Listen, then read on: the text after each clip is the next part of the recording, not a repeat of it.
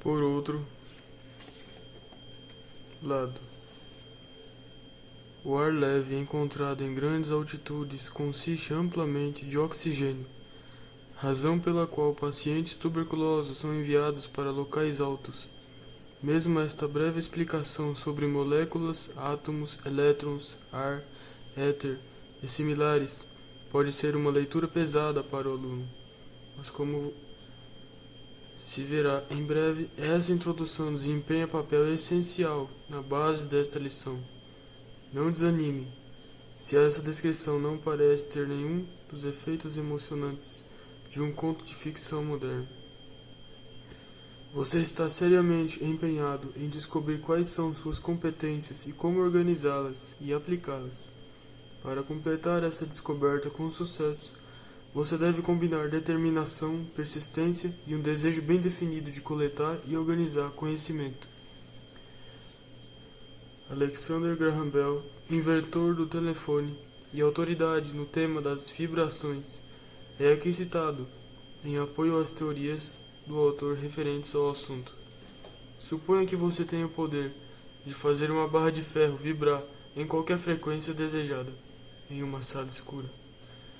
De início, ao vibrar lentamente, o movimento será indicado apenas por um sentido, o tato. Tão logo as vibrações aumentem, um som baixo emanará da barra e apelará a dois sentidos. A cerca de 32.000 vibrações por segundo, o som será alto e claro, mas a 40.000 vibrações não será perceptível e os movimentos da barra não serão percebidos pelo toque. Os movimentos não serão percebidos por nenhum dos sentidos humanos. Desse ponto até aproximadamente 1,5 milhão de vibrações por segundo, não temos nenhum sentido que consiga apreciar qualquer efeito das vibrações. Após esse estágio, o movimento será indicado, primeiro pela sensação da temperatura, e então, quando a barra ficar quente e vermelha, pelo sentido da visão. Ao atingir 3 milhões, a barra emitirá luz violeta. Acima disso, emanará raios ultravioleta e outras radiações invisíveis, algumas das quais podem ser percebidas por instrumentos e empregadas por nós.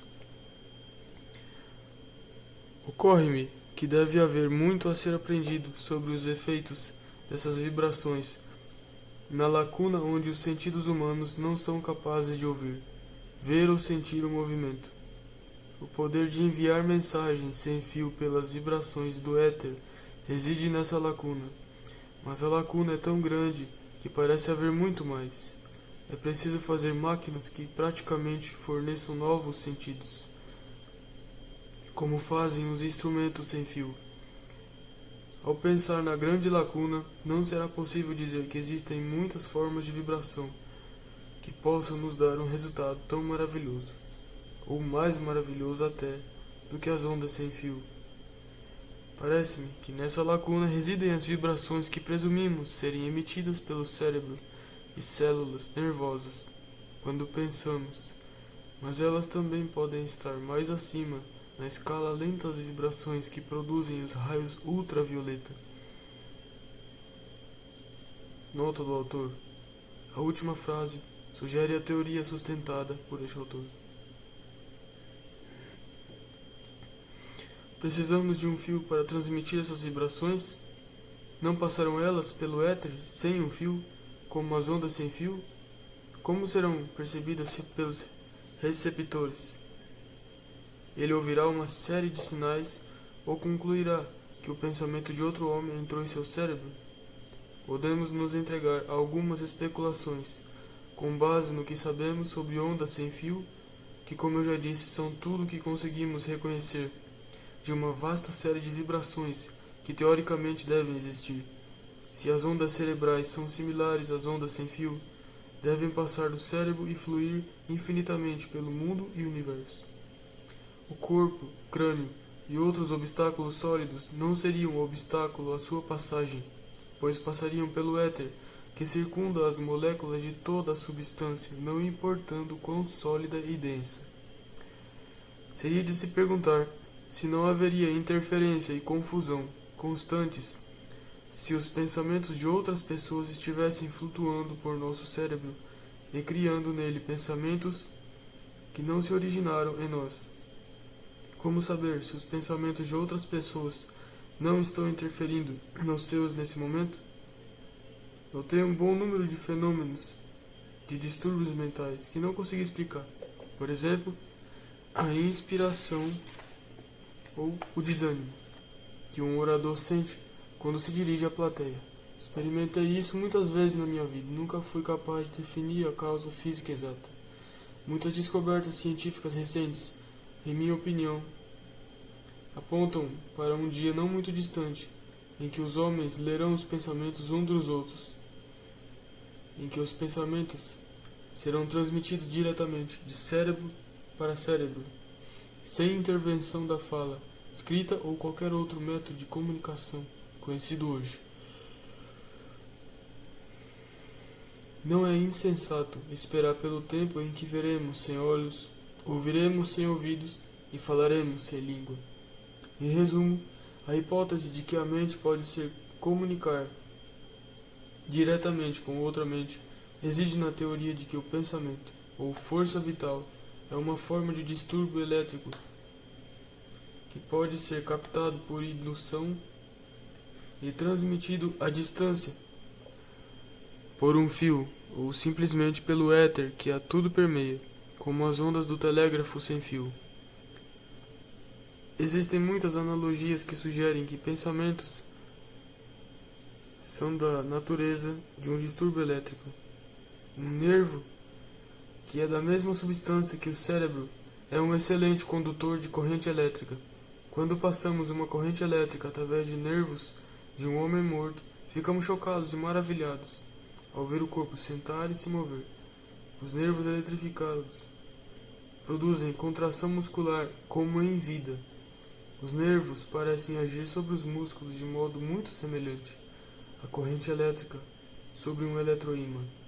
A corrente magnetiza a barra de ferro colocada em um ângulo reto em relação ao ímã, e os nervos produzem, em função da corrente intangível de força vital que flutua através deles, a contração das fibras musculares arranjadas em ângulo reto com eles. Seria possível citar muitos motivos pelos quais os pensamentos e a força vital podem ser considerados da mesma natureza que a eletricidade. A corrente elétrica é considerada um movimento da onda do éter, a substância hipotética que preenche todo o espaço e permeia todas as substâncias. Acreditamos que deva haver éter, pois sem ele, a corrente elétrica não poderia passar por um vácuo, nem a luz solar pelo espaço. É razoável acreditar que somente um movimento de onda de característica semelhante possa produzir os fenômenos do pensamento e da força vital. Podemos presumir que as células do cérebro agem como bactérias e que a corrente produzida flui pelos nervos. Mas e acaba aí? Não passará para fora do corpo em ondas que fluem pelo mundo, imperceptíveis aos nossos sentidos, assim como as ondas sem fio passavam despercebidas antes de Hertz e outros descobrirem sua existência? Cada mente é uma estação transmissora e receptora. O autor provou muitas vezes, pelo menos para si mesmo, que o cérebro humano é tanto uma estação transmissora quanto receptora de vibrações na frequência de pensamentos. Se esta teoria for constatada como fato e métodos de controle razoáveis forem estabelecidos, imagine o papel que terá na coleta, classificação e organização do conhecimento. A possibilidade de tal realidade atordoa a mente humana. Thomas Paine foi uma das grandes mentes do período revolucionário norte-americano. A ele, talvez mais do que qualquer outra pessoa, devemos tanto o início quanto o final feliz da Revolução.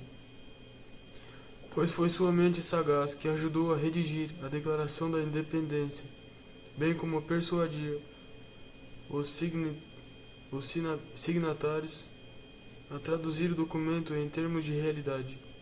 Ao falar da fonte de seu grande conhecimento, Paine descreveu da seguinte forma: qualquer pessoa que tenha feito observações sobre o progresso da mente humana, observando A sua própria não pode deixar de ter observado que existem duas classes distintas do que chamamos de pensamentos: aqueles que produzimos em nós pela reflexão e ato de pensar, e aqueles que penetram em nossa mente por conta própria. Tenho por regra tratar esses visitantes voluntários com civilidade, tomando o cuidado de examinar, tanto quanto possa, se vale a pena entretê-los. E é deles que adquiri quase todo o conhecimento que possuo. Quanto à instrução que qualquer pessoa obtém com a educação escolar, esta serve somente como um pequeno capital para colocar o indivíduo no caminho de começar a aprender por si mais adiante. Toda pessoa instruída torna-se, por fim, sua própria professora, pois que princípios não podem ser gravados na memória? Seu local de residência mental é o entendimento, e nunca são tão duradouros como quando começam por concepção.